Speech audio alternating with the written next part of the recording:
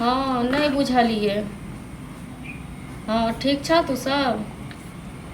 हाँ सब बढ़िया। हाँ खाना ताना तो बन गेले। आ कहलियो कतौ देखी ना अपना से इम्हर काम धंधा। ठीक छे राखे बाद में बात। भैया कहाँ है? भैया कहे छल कि मान की दुकान पर आ रहा है, अभी तक नहीं आयल है।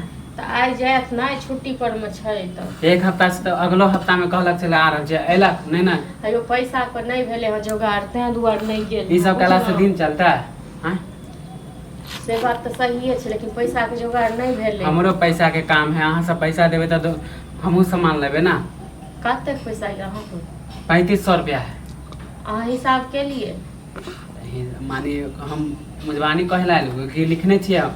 तो नहीं तो हमरो घर में छै ना, हमरो घर में डायरी लिखल छै। तो कहती यहाँ के लगे कि मानी हम झूठ बोले छी ना। अरे हम कहाँ कहे छी झूठ बाजै छी, अहाँ सब पता नहीं अपने अथी से अथी करऽ लागे छी। जब कॉपी यहाँ के देन छु, जब हम बता रहल छु 3500 तो हम कहते तो कि सारा कह रहल छी ना, जहिया हमके पैसा दे ले जेबे त अहाँ के कॉपी हमर कॉपी दोनों लऽ के हाँ तो जेबे। कॉपी लेके हाँ तो आ जाए, विश्वास नहीं है। अयो पैसा नहीं भेले हन, पैसा भेल रहते तो तखन त कहिया नहीं गेल रहते। कहे देखियो तो 2.5 महीना हो रहा है।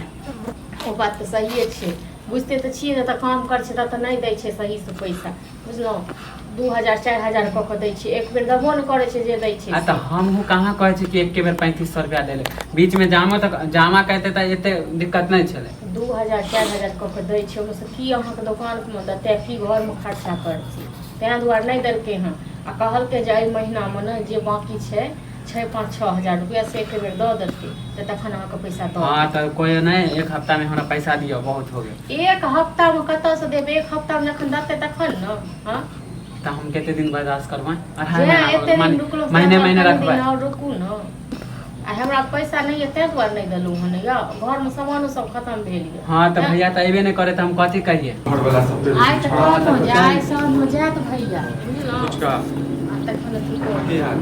ई हाल रहते ठीक रहता। तू तो कहे छला कि हम दुकान पे आ रहा छै, एलो अब क्या ले सही गेलियो तोरे हिसाब कर के चलो कते महीना भ गेलो? ना भर 2.5 महीना भ गेलो न, त हम तोरा से 30 महीना में हम पैसा दऽ देबो।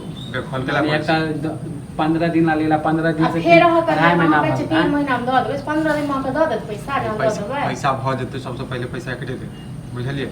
अब राशन ताशन जे समय पर आबि जाय छै, हमरा पैसा के काम है ना। इनका सब के तो छै ई सब के तो गांव से भाग बुझै जेतै। छौ तोहर बात, लेकिन तू है सब हम बात आगे के बात नहीं, आहो टाइम पर देबे तो हमहू सामान लेबे। बता ठेकेदार बात में जाय छै साथ में रोज भगवैत रहै छै आ पैसा। एगो बात कहू, अहाँ से एते दिन से सामान लऽ रहल छी, कहियो होय छै टाइम से कुटे?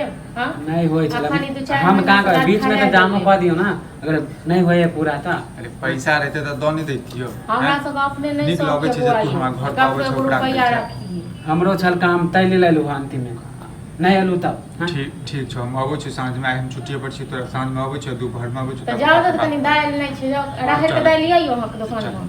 हाँ है तो पापा हाँ तो पापा समझाता। हाँ हमरा से नहीं कहू। हे गार्जियन तू छी घर के, हमरा नहीं पता रे। आइयो गार्जियन पापा है कि हम रहे छी, सामान लाके दुकान ना चले छी। पैसा ले लेला हम आबै छी अहाँ तो हाँ तो हम सामान लेत घर में कहै छै पापा पापा। गार्जियन तो हमर पापा है। कथी नहीं है से बताबू, सब लगे छै का दुकान से। हाँ तो पापा से बात कर लो, हमरा नहीं कह। आइयो एना जे करबी त पैसा दिक्कत ले नहीं छी भ जेतै। अहाँ अपन अथी में कहै छै पापा है तो पैसा लेला नहीं, भेजला खाता भाई। ये त कहै छी ला पैसा दूसरे दुकान पे ला। हाँ आप कला ना दोस्त दुकान, पहले हमर पैसा दे। एगो जे है तखन सब